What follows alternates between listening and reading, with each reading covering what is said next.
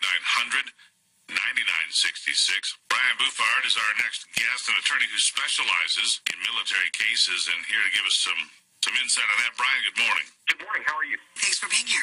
Now, Bergdahl, they say some contend that Bergdahl declared jihad while in captivity. Tell me, does any of this have relevance? I mean, is the guy going to be court-martialed? Is he, because he's political cover for other problems like the VA scandal, it appears to many of us, is he never going to be tried at all? And whose decision is it? There's so many aspects of this story that are confusing but really fascinating because it just kind of keeps morphing. The decision whether or not to prosecute him ultimately is going to be a political decision. It's going to be made, it's routinely made by senior generals, but they are going to do what their commander-in-chief wants them to do. And if the White House says we do not want him to be prosecuted, he's not going to be prosecuted. Say that again? If the White House does not want him to be prosecuted, then he's not going to be prosecuted. See, my understanding was that the company commander says, we need I can't cite the verbiage from the Military Code of Justice, but the military commander says we need to pursue a court-martial action. I thought that had standing.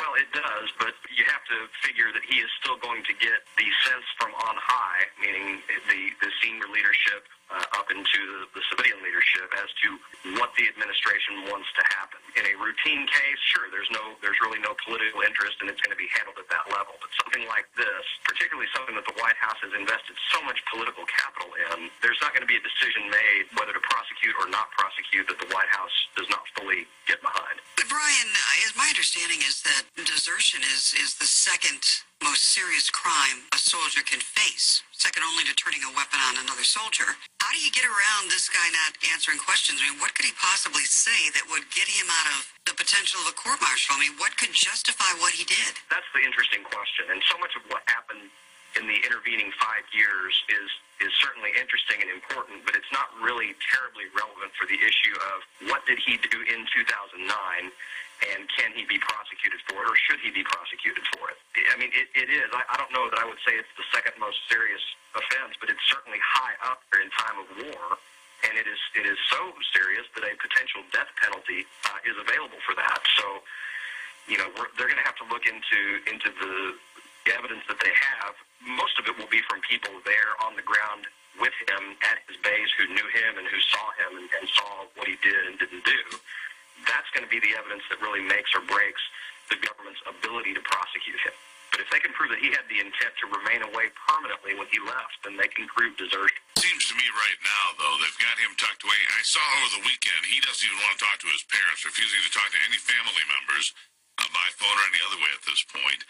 And they've got him tucked away, I believe, in Germany at the moment.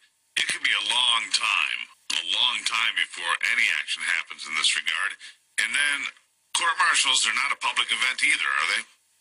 They actually are, unless they're dealing with classified information, which is pretty rare. Court-martials are public trials just like civilian trials are. Whether there'll be cameras in the courtroom, that's up to the judge, but the judge can't and won't keep out members of the public. But I agree with you. I think that the timeline on this thing it's impossible to determine, but I think that we literally could be discussing the issue of whether he's going to be court-martialed. We may be having this discussion a year and a half from now.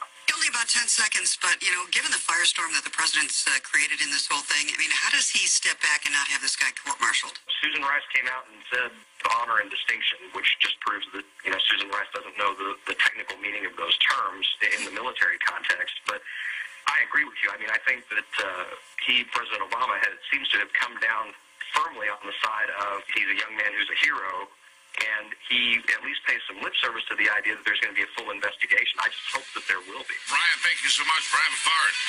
Thank you very much. Appreciate your time this morning on the Steve Gerber Show.